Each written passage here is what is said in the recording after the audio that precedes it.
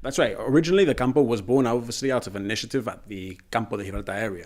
But suddenly, thanks to the work that we've been doing, I think obviously our reach is extending. And as a consequence of these two new groups coming into the fray, we are now going to extend and improve on our clout and be able to actually put across our message further afield.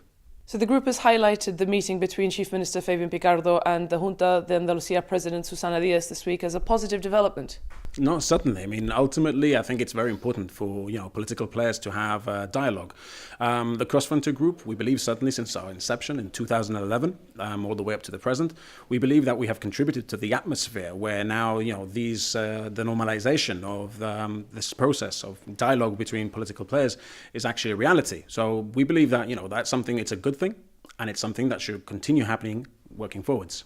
On a more negative note, the group has expressed concerns over the problems at the frontier, which have had a bit of a resurgence again this week.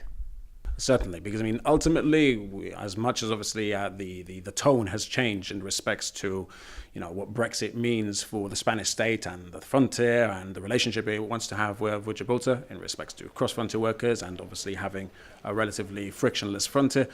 The reality is, obviously something is said, but then we are seeing different things on the ground. Now, obviously, the group has been advocating for a very long time now that it's not only just a question of obviously changing the inflection of how they go about Gibraltar, but also obviously in investing and having greater infrastructure to be able to cater to the needs of all those individuals who are making use of the frontier on a daily basis.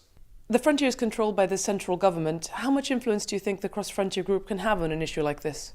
Ultimately, it's all about putting our concerns into the public discourse. So before, perhaps when, obviously queues were done, say back in the 90s and the early 2000s when queues were done, and there wasn't any real sort of, fight back or comeback. And now we have a situation where you have a group of organizations coming together from either side of the frontier who are saying, look, the way you're doing things, that's not the right way, because obviously you're affecting business, you're affecting citizens on either side of the border, and we don't believe that this is the way that this border should operate. So that's the way perhaps that we want to obviously put across, the difficulties. We can highlight these and we put it into the public discourse.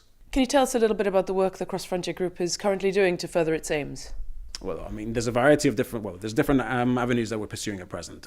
We will be now shortly trying to engage with different political players in, the local junta sort of level. We also presume that we will be going, obviously, again to the UK at some point in order to actually put across our plight, because ultimately, it's a holistic message that we put across. It's not just Gibraltarians making an issue. We have, Spanish citizens, Spanish business representative organizations, echoing the same message. And whenever obviously you get individuals coming together, sharing that common ground and putting forward something which is obviously a real issue for everybody, then, it's a strong message. So we got that on that side. But we're also now obviously wanting to facilitate our long-standing ambition of actually creating an EGTC, a European Grouping of Territorial Cooperation, which will improve sort of, economic issues, and it will also facilitate greater social ties and social, events and stuff. I think, if we're richer on either side, we're better for it.